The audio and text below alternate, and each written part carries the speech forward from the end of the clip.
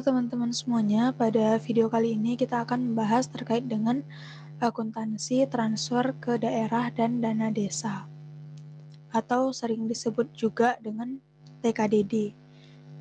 Nah, materi kali ini merupakan salah satu materi baru di Akpom 2, karena di tahun-tahun sebelumnya TKDD ini sendiri masuk ke Akpom 3. Nah, karena kita nggak ada lagi Akpom 3, makanya TKDD ini diselipin gitu di Akpom 2. Nah, jadi secara garis besar nanti ada kita belajar, ini kan terkait dengan akuntansi BUN ya, Bendahara Umum Negara. Jadi gimana sih jurnal-jurnal kalau kita transfer ke daerah dan juga dana desa gitu. Sebelum dimulai, seperti biasa jangan lupa untuk berdoa terlebih dahulu. Nah, untuk dasar hukum tersendiri, hukumnya sendiri itu ada, ini beberapa bisa dilihat di PPT, tapi di sini yang mau aku tekanin adalah di PMK, di 2 PMK pertama ini. Yang mana PMK 225 2019 itu merupakan PMK tentang kebijakan akuntansi pemerintahan pusat. Nah, yang mana terkait dengan PMK 225 ini dia membahas kebijakan akuntansi secara luas gitu, secara gambaran umumnya terkait dengan pemerintah pusat. Sedangkan nanti di PMK 83 2018 ini lebih spesifik ke TKDD-nya, bagaimana sistem akuntansi dan pelaporannya gitu. Jadi kalau teman-teman mau lihat gimana sih cara ngejurnal gitu kan, ada lampiran-lampiran terkait jurnal-jurnalnya, case-case jurnal itu bisa dilihat di PMK 83 tahun 2018. Nah, selebihnya itu ada PMK-PMK yang juga terkait ya, itu ada contohnya 212 dan sebagainya. Oke. Nah, outline pada pembahasan kali ini itu lebih kurang kita akan belajar terkait dengan kebijakan umum dari transfer ke daerah dan dana desa itu sendiri. Jadi kebijakan umumnya gimana, terus juga dengan akuntansinya, gimana sih akuntansinya gitu. Nanti kita temui ada bagaimana kita mencatat kan transfer itu. Jadi misalnya gini, ini pemerintah pusat, nah ini PP ya. Jadi pemerintah pusat ini kan dia melakukan belanja nih teman-teman. Jadi kita udah belajar banyak gitu kan di Akpom ini, dari Akpom 1, Akpom 2 gitu. Nah, terlebih di Akpom 2 kita belajar di akuntansi pemerintah pusat. Itu kita tahu kalau pemerintah ini ada belanja. Jadi ada rinciannya, belanja A, B, C gitu kan. Maksudnya ada belanja pegawai, belanja modal. Nah, salah satunya itu belanja transfer, teman-teman. Jadi pemerintah daerah nih ya, Pemda di sini, Pemda maupun dengan pemerintah daerah maupun desa itu dia dapat uang, dapat dana tuh dari pemerintah pusat. Jadi dari APBN itu dapat uang. Nah, bagi pemerintah pusat ini merupakan suatu belanja gitu. Dan kenapa sih TKDD ini dibahas secara khusus spesifik gitu? Karena teman-teman, dari semua belanjanya pemerintah pusat itu untuk transfer ke daerah dan dana desa itu ada sepertiganya. Jadi besar kali kan. Jadi dari 100% gitu kan. Kalau kita pakai persenin, 100% dari belanja pemerintah pusat itu 33%-nya itu ke Pemda atau ke TKDD, transfer ke daerah dan dana desa gitu. Nah, kalau misalnya terkait dengan TKDD ini sendiri, sekilas untuk daerah dan Pemda dan desa itu berbeda ya teman-teman. Jadi kalau misalnya daerah itu sendiri, pemerintah daerah yang kita sering dengar Pemda, itu lebih ke provinsi ataupun kota, kabupaten kota, atau kabupaten kota. kabupaten, kota. Ya, tulisannya agak abstrak gitu ya. Nah, terus sedangkan desa ini adalah lebih dalam lagi gitu. Desa ini di bawah lagi dari Pemda ini sendiri gitu. Biasanya desa itu di bawah kabupaten gitu, teman-teman. Nah, terus nanti kan jadi kan kita belajarnya sekarang terkait dengan akuntansi TKDD dari sisi BUN nih. Dari sisi BUN. Berarti kan kita sebagai pemerintah pusat yang akan transfer ke daerah dan ke desa gitu kan. Ketika kita transfer itu kita nanti mengakui sebagai beban gitu, teman-teman.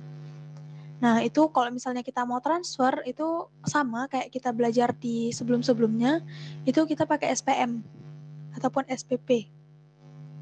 Surat perintah membayar gitu kan.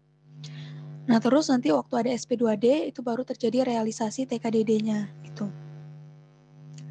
Nanti ada case juga, ada kasus di mana pemerintah itu kelebihan bayar gitu, kelebihan transfer. Nah, jadi kalau misalnya pemerintah kelebihan transfer ke Pemda ataupun ke dana desa gitu kan, nah di situ berarti kan harus dibalikin nih uangnya. Nah, karena kelebihan, jadi biasanya kalau misalnya ada kelebihan ataupun pemerintah ini bisa jadi juga kurang bayar gitu.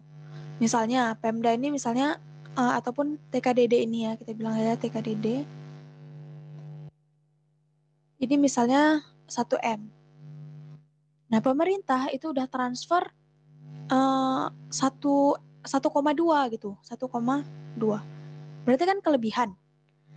Nah, biasanya kelebihan atau kekurangan transfer itu nanti dicantumin di PMK namanya, Peraturan Menteri Keuangan.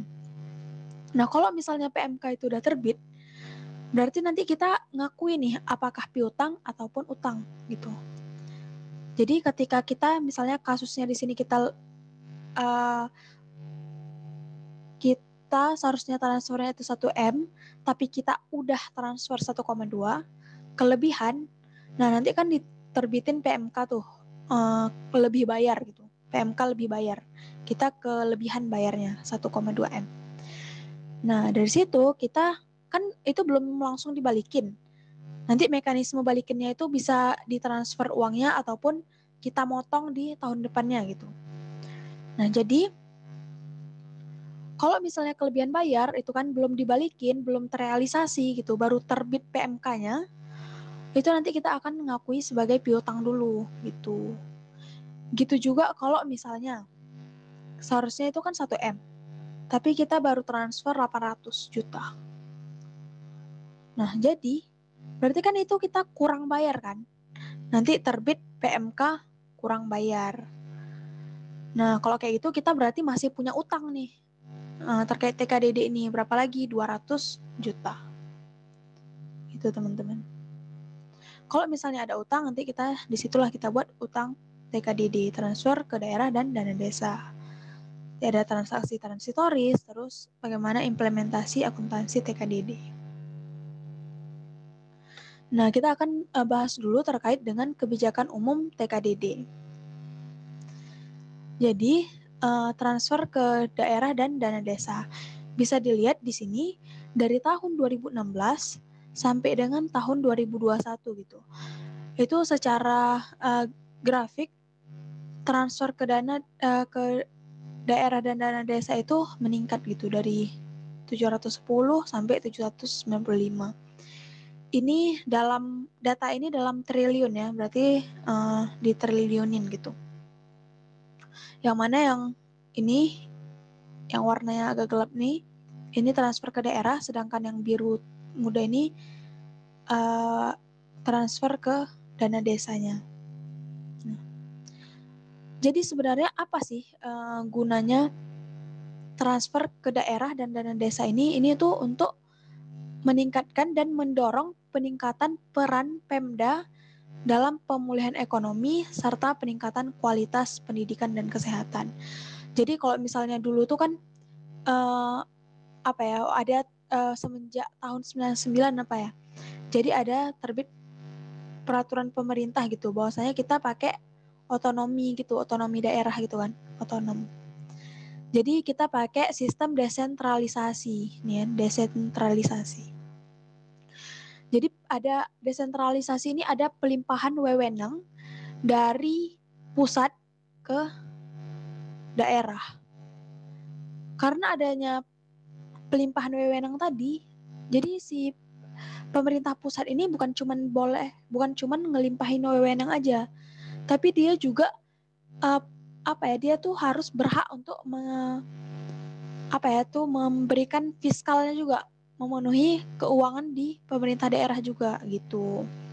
Jadi untuk apa? Ini tuh untuk ini tadi mendorong peningkatan peran Pemda tadi, biar kinerja di Pemda itu biar di pemerintahan daerah itu bagus gitu. Nah, next. Jadi kalau misalnya dulu sebelum COVID-19 itu tujuan TKDD ini dia untuk mempercepat penyediaan infrastruktur publik dan penguatan kualitas SDM. Terus untuk meningkatkan daya saing sama meningkatkan produktivitas. Jadi kayak di adanya TKDD ini untuk ini perbaikan kualitas layanan dasar publik di daerah, terus akselerasi daya saing dan dorong belanja produktif gitu.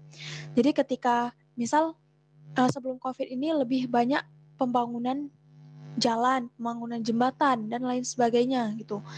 Itu kan ketika infrastrukturnya di daerah itu maju, diharapkan nanti si pemerintah di daerah itu ekonominya itu terbangun gitu. Gimana maksudnya? Misal aja di daerah itu terbangun jembatan gitu. Jadi kan transportasi itu makin mudah gitu kan. Nah nanti ketika pun ada petani-petani gitu yang akan mengirimkan hasil panennya itu bakal lebih mudah. Harapannya tuh ekonomi itu semakin berkembang di daerah dan desa-desa itu gitu.